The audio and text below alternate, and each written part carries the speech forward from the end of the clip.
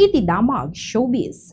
Rinambakan ni Ate Gay iti panagkasangay na ken impact sana iti panagyaman na kalpasan analasatan na ti kinunaken kuana ti doktor idi amabali na saanin nga ubabot ti 2026 kapo iti cancer. Ni Ate Gay wenno Hil Adocal Morales katagsagsagaba iti stage 4 mucoepidermoid carcinoma ken dimalan ti chemotherapy radiation ken immunotherapy.